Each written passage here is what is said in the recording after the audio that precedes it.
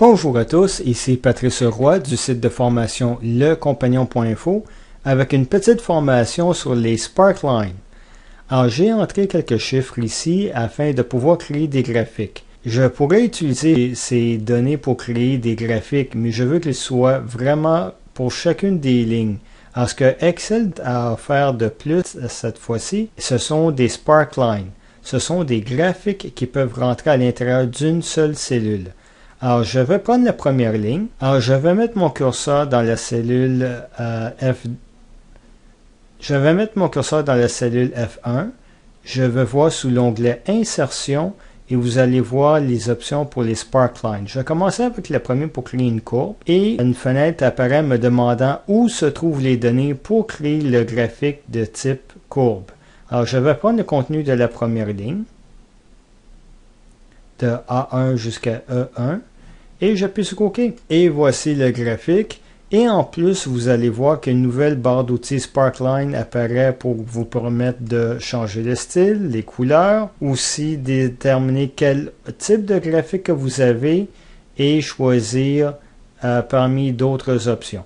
Je vais revenir au second ici parce que je veux créer un autre graphique, mais cette fois-ci avec les données histogrammes. Alors, je mets mon curseur où je veux voir mon graphique Sparkline. Sous l'onglet Insertion, je choisis Sparkline Histogramme et je choisis ensuite où se trouvent les données que j'ai besoin pour mon graphique. J'appuie sur OK et voilà mon graphique qui indique les données sous forme d'histogramme. Et encore une fois, la barre d'outils Sparkline avec les options histogramme, dont je pourrais changer le style si je voudrais. Et je vais faire un tout dernier graphique, cette fois-ci avec les options d'un graphique positif et négatif. Alors je mets mon curseur dans la cellule qui m'intéresse. Encore une fois sous l'onglet Insertion, Sparkline positif-négatif. Et je vais choisir mon étendue de données. J'appuie sur OK et voici. Ce graphique ne me montre pas les valeurs, mais seulement s'il est positif ou négatif. Alors, positif en bleu, négatif en rouge, et c'est la seule information que je vais avoir de ce type de graphique, positif ou négatif.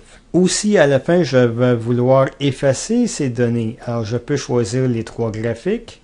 J'appuie sur le bouton droit de la souris, et vous voyez qu'il y a une section pour les graphiques Sparkline. Je pourrais les supprimer comme je vais le faire. Et voilà, les cellules sont maintenant en vide pour que je puisse rentrer d'autres données ou d'autres Sparklines.